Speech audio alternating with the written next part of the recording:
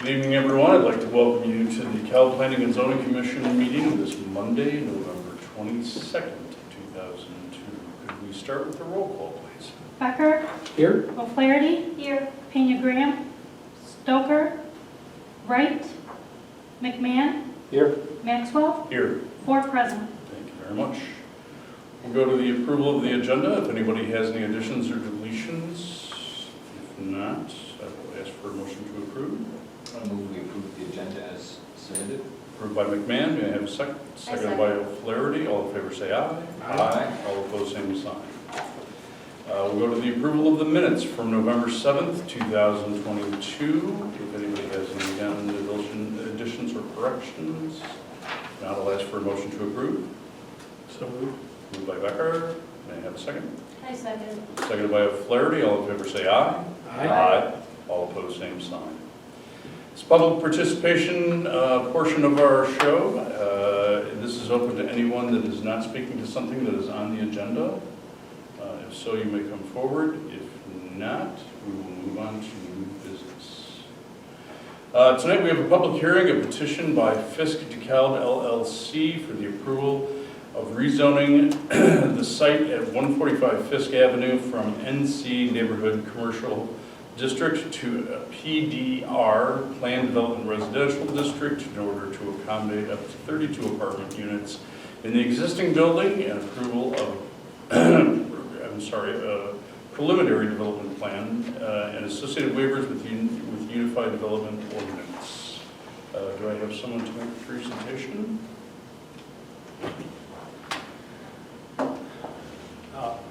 Good evening, John Saucer. It's been a few months since we've been here and did a preliminary review of this, but I'm sure it's relatively fresh in everybody's head, or familiar with it, I guess I should say. And I won't, I guess, try and speak too long, because I know you've all seen this before and we've discussed it, but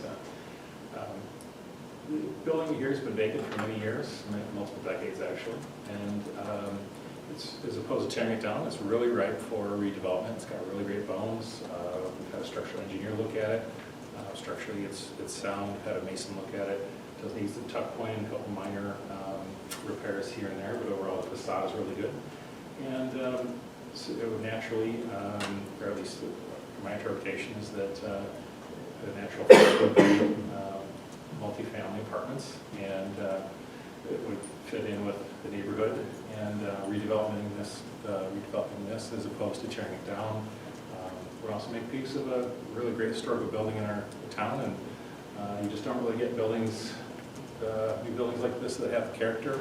So hopefully we can save this one and make something nice that fits in well with the neighborhood and the town. So short and sweet, that's about all I have. I'm certainly open for questions. Is there anything else I can sit down and? Not at the moment. Well, yeah, for 1 second. Could we have the staff presentation? Then Yeah. I think we have one public comment after that. Okay. You have a seat for a couple minutes if you'd like. Yeah, as John mentioned, we've seen this before. There was a concept plan for this site back in the spring. The zoning on the site is neighborhood commercial. The petitioner wants to rezone that to planned development residential, and also a planned development preliminary plan. Proposed there are 9 2-bedroom units in the existing building, 23 1-bedroom units. The 1-bedroom would be about 650 square feet, the 2-bedroom about 900 square feet. These will be at market rate prices. The applicant provided a summary that was in your background materials. Our comprehensive plan, which we just approved an update this summer, recommends high-density residential for the site.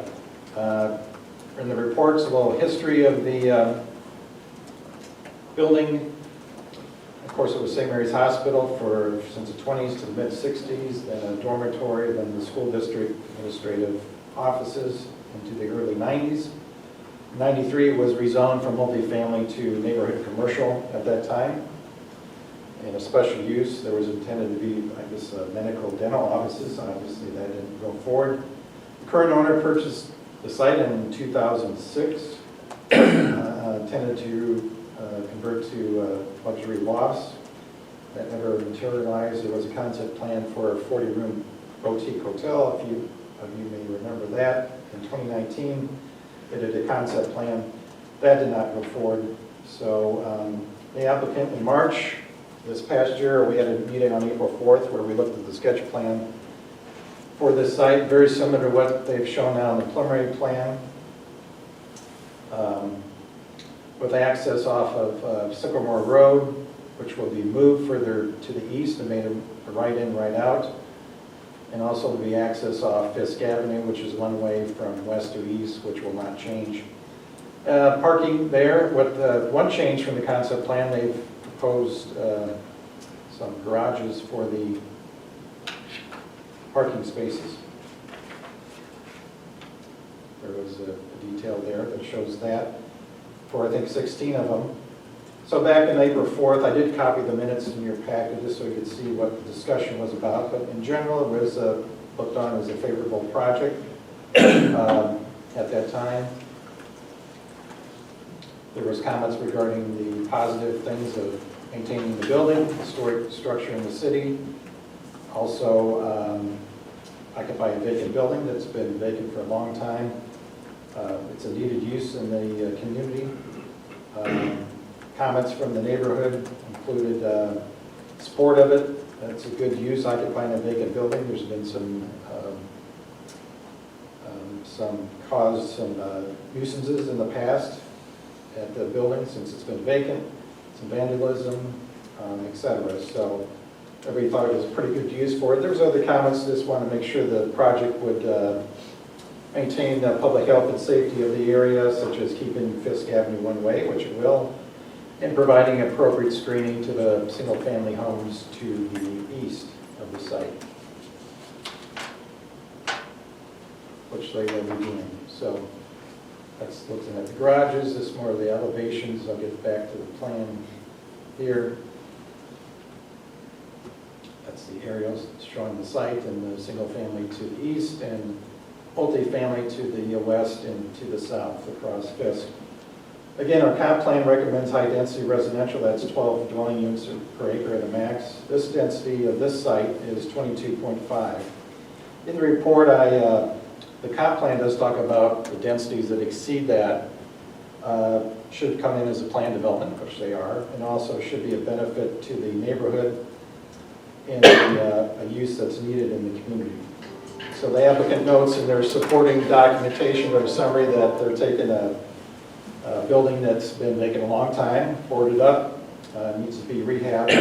It's unmonitored, a lot of things going on there, so this would be a good use for it. It will help the neighborhood.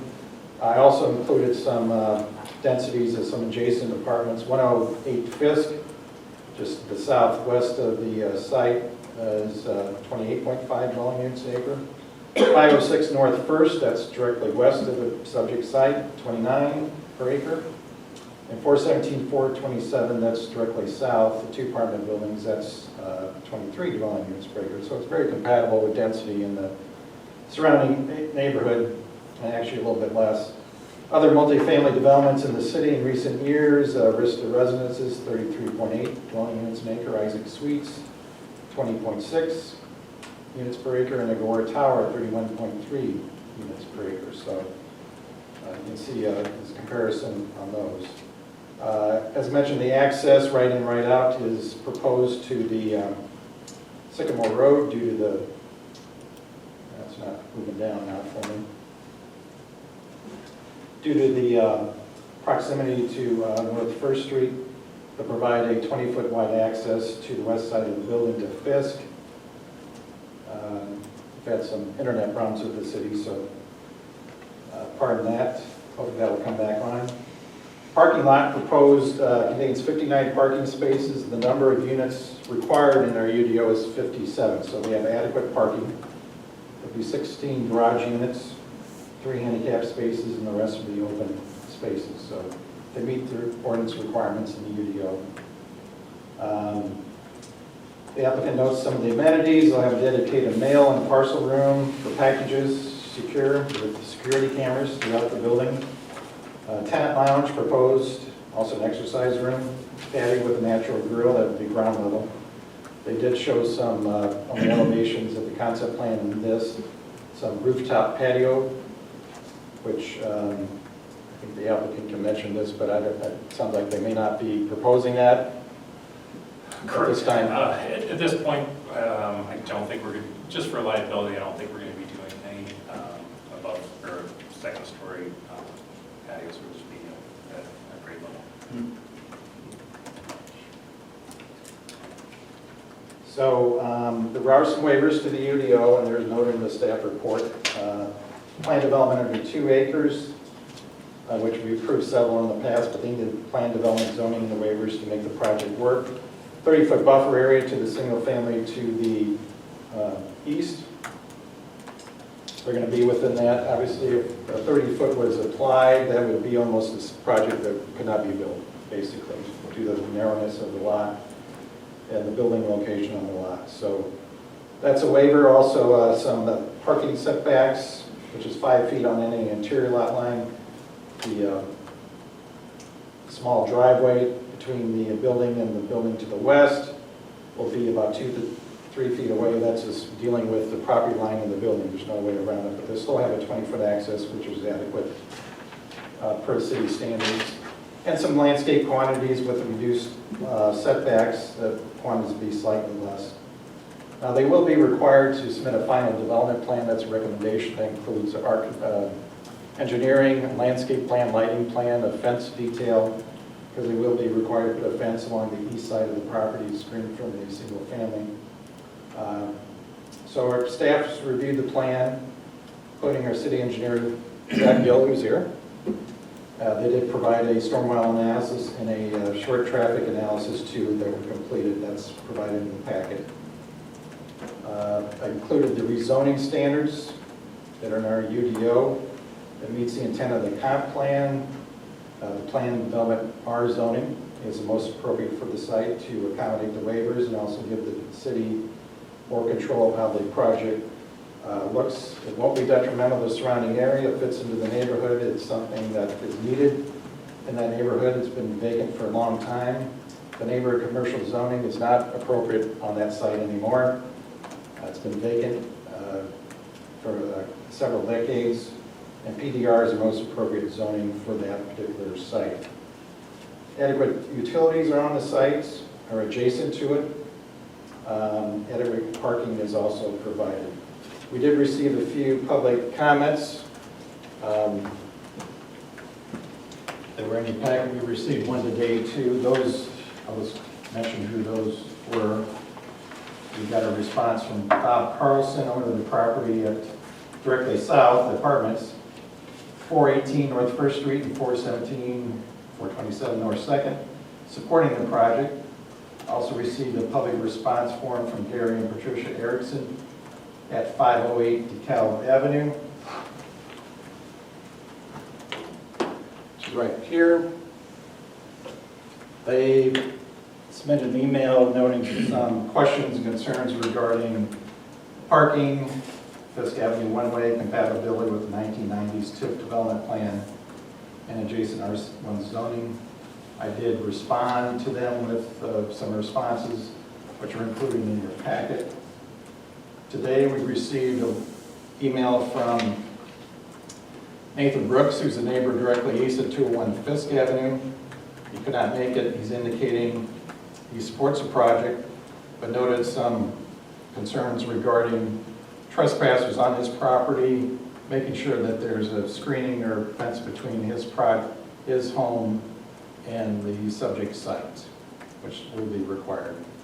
Also, regarding the porch patio, what was brought up, he noted there was a porch patio shown on the elevations on the east side roof, which would be right next to his home. He had concerns about having that next to him. And the applicant noting that they do not plan on probably even providing that. So those are all the written comments.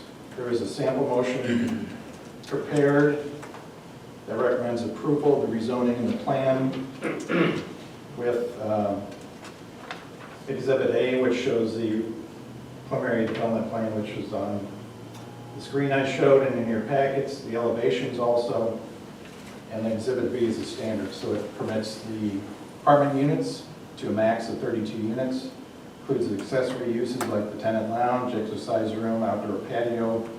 No commercial uses on the property. The 4 waivers, which I mentioned, and then the requirement for the final development plan is also part of those standards. Those will be reviewed by the commission and the council as the next step prior to any construction on the site. Okay, thank you, Jim. We do have one speaker request form from David Van Kelps. If you'd like to stand up. Yep. Well, anywhere, is a camera. Okay. Pick them up. That should be. Yeah. Am I good? I was going to say that everything. Yeah, we're at 205, so we're next to Nathan, we're the next house to the east. And we just came over and we support the project. We just had a couple of questions, pretty much along the line of what Nathan had about the fencing. We have some individuals that seem to be walking through our backyard, trying to get into the property. They haven't done any theft to us, but they have bothered Nathan on occasion over the years that we've been his neighbor. So I'm glad to hear that the developer has that in mind if that's going to be required. We were a little concerned about maybe a noisy patio up on the roof being a disturbance. It was loud and contiguous, but it doesn't sound like that's going to be an issue. So I don't think we have anything else, do we? Do we think of? So I don't think so. Okay. All right, thank you. Thank I you think both. this is the best option. In all the years we've lived in that house, we've been there 29 years, it's the best option we've heard in all these years. Yeah, we look forward to it. Super. Great, thank you. If there are any other comments, please step forward now. If not, I will close the public hearing and open it to commission comments. Questions? Praise? Yeah, I like it. You guys are on board, and it sounds like the gentleman next door to you, yeah, it all sounds good. I like saving old buildings. Yeah. Yeah, recommitting a building to something that's valuable and useful, and is a part of the neighborhood, is really important. Thank you very much for coming out and voicing your support. But I'm with you. I've seen this happen a couple of times where I lived many years ago, and it's worked. And, I looked at the plans that were submitted, and I think it's been great. I'm looking forward to seeing them. Yeah, I would agree. I think anytime you can repurpose a historic structure like that, you'll never see anything like it built again. So being able to preserve it for good use like that is a phenomenal idea. John, just so I understand, nothing really has changed on this plan from the prior one except for the garages. Correct. That's new. It's essentially And that's correct. that'll address some of the issues of the east side fence because there'll be garages there. And then the other one is the patios. The patios are going to be off the table, so that'll address. It sounds like you addressed any concerns that you've had, that neighbors had. I think it's a good idea for the community, right? Absolutely. I do know that when we discussed this last time, there was some question about a tree that was existing right around the retention area where the parking is. And again, to the person that had brought it up last time, I don't know if there's any chance of preserving it. I think it was right on the property line, if memory serves. I think it was right in this,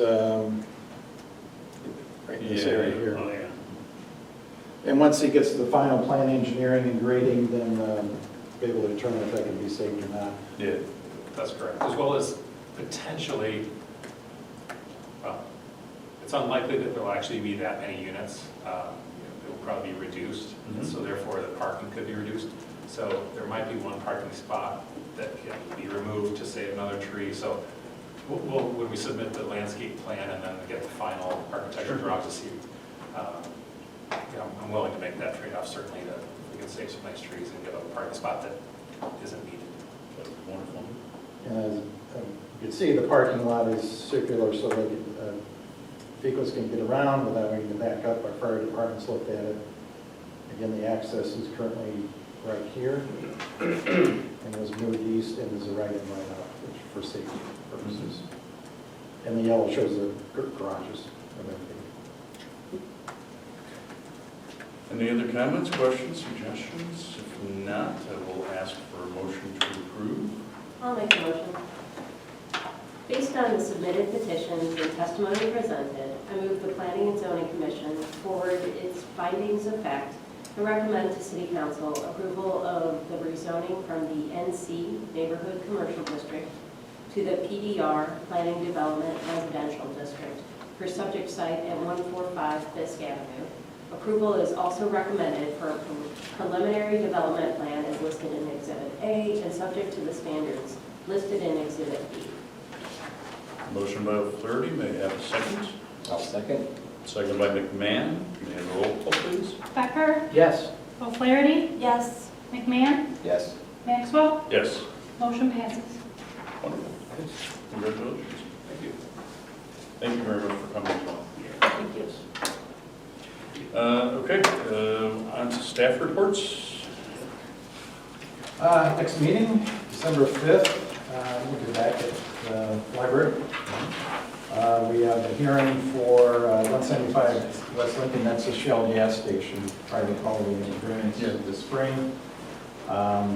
In the UDO for variances, you have to get a permit within 6 months, a hearing permit, or the variances doesn't become valid, it becomes invalid. And they couldn't do that, get it in that time due to some issues with their contractor. So they're coming back, a few little changes, I think they're dropping one of the coolers, that was the reason why they wanted the variance in the back, a couple coolers for they're changing it to a convenience store gas station. So they'll be back for reapproval on the 5th, and then we'll have a platification for Locust Street and North 8th Street. This is all related to Naring Electrical Works. They got updated maybe once on that, but they're expanding about some property there, and we're working with them to turn over some streets so they can, it's a little easier for move their tractors, trucks around back there for unloading and et cetera. So that's one piece of it. All platification has to go through the commission and then go on to the council. So plan to have that for the 5th, and then we'll be looking in the future at retail tobacco stores too. We've got another application for one in the 901 Lucinda, that's the Village Commons bookstore. And the council approved one on former Beef Shack at their last meeting. And we discussed very briefly the issue of the freestanding building requirement. And they seem to be open to allowing in strip centers if there's no smoking inside. But if there's smoking inside, then freestanding buildings. So we have to modify the language to show that in the language, and also amend the municipal code, because that and the UDO don't match up in terms of some of the standards. So we'll get that kind of cleared up, and that will probably be the December 19th hearing. And I also sent an email out, Stephanie did, regarding the future meetings. So we're trying to see what we got for quorums. So let us know as soon as you can. Most of you got back to us, we just want to kind of plan ahead. So it looks like January 3rd is an iffy. So, but we're pretty good on the 19th, certainly in the 5th, it sounds like. Okay. So we just want to plan ahead on that, and we'll let you know regarding the one on the 3rd. So Okay. that's all I had, and thank you. Happy Thanksgiving, all the commission members. Thank you. All right. Anything else? Somebody should ask Zach a question, since he came. Yeah. Yeah, what do you have for It's nice. Thanksgiving? Yeah, right. Combine it, prefer.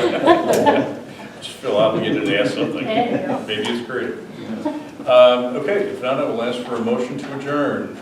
I move that we adjourn this meeting. Moved by McMahon, I second. seconded by Becker. All in favor, say aye. Aye. All opposed, same sign. Still waiting for it. Yeah.